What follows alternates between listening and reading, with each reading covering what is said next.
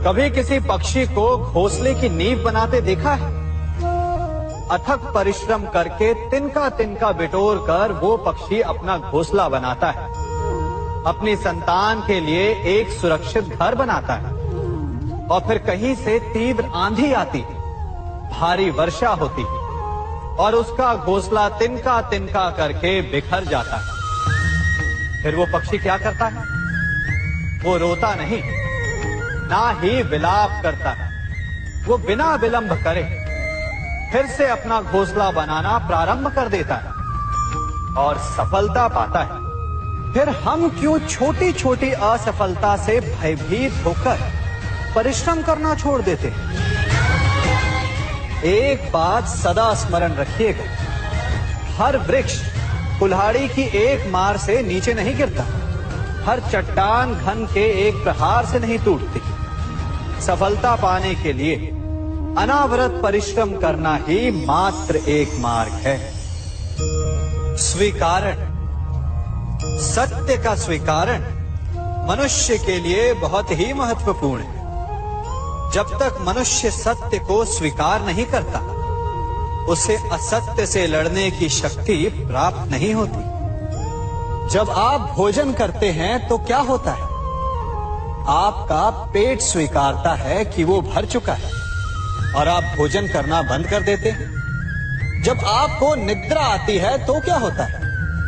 आपका मन स्वीकारता है कि आपका शरीर थक चुका है और उसे विश्राम की आवश्यकता है। उसी प्रकार जब आपको किसी व्यसन को रोकना हो तो आपको स्वीकारना पड़ता है कि बहुत हो चुका, चाहे वो लालच हो या मदिरापान।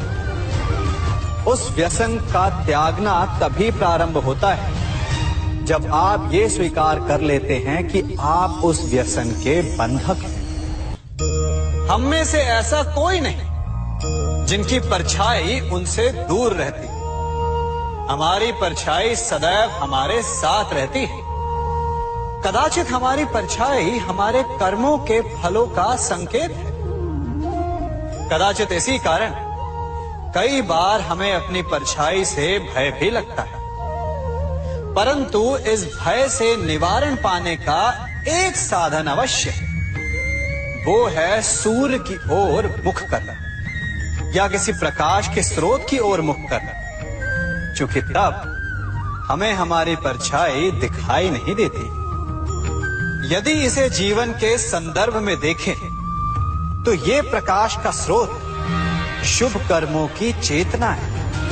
यदि आपके मन में शुभ कर्म करने की इच्छा है तो आपको कभी भी अपने कर्मों के फल का भय नहीं होगा, क्योंकि यदि आपका मन शुद्ध होगा तो आपके कर्म शुद्ध होंगे और शुद्ध कर्मों का फल कभी अशुद्ध नहीं हो सकता। आज मैं आप सबको एक कथा सुनाता हूं। एक दिन प्रातः एक व्यापारी अपने घर से निकला। घर से निकलते ही एक बिल्ली ने उस व्यापारी का मार्ग काट दी। व्यापारी घबरा गया। वो फिर से घर लौट गया और शुभ घड़ी की प्रतीक्षा करने लगा।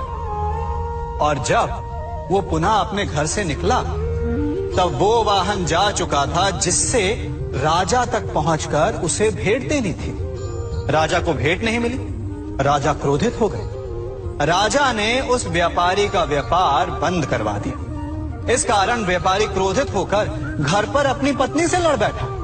पत्नी अपने बच्चों समेत मैके वापस चली गई और उस व्यापारी के जीवन में यदि कुछ रह गया था तो केवल अंधकार। और इन सब का कारण वो उस बिल्ली को मानता रहा जिसने उसका मार्ग काटा था।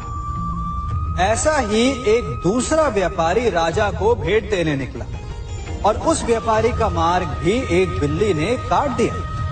वो व्यापारी तनिक घबराया, परंतु उसने आगे बढ़ना अधिक उचित समझा। राजा तक वो समय पर पहुंचा। उसने राजा को भेंट की। राजा प्रसन्न हुए और राजा ने व्यापारी को अपना व्यापार बढ़ाने की अनुमति दी, स्वर्ण आभूषण दी। जब व्यापारी घर पर पहुंचा तो पत्नी को आभूषण और अपने बच्चों को देने के लिए वस्त्र थे उसके पास। हर ओर प्रसन्नता थी। समझ रहे हैं ना? दोनों के साथ एक ही प्रकार की घटना हुई, परंतु दोनों की प्रतिक्रिया भिन्न थी। ऐसा ही हमारा जीवन भी है।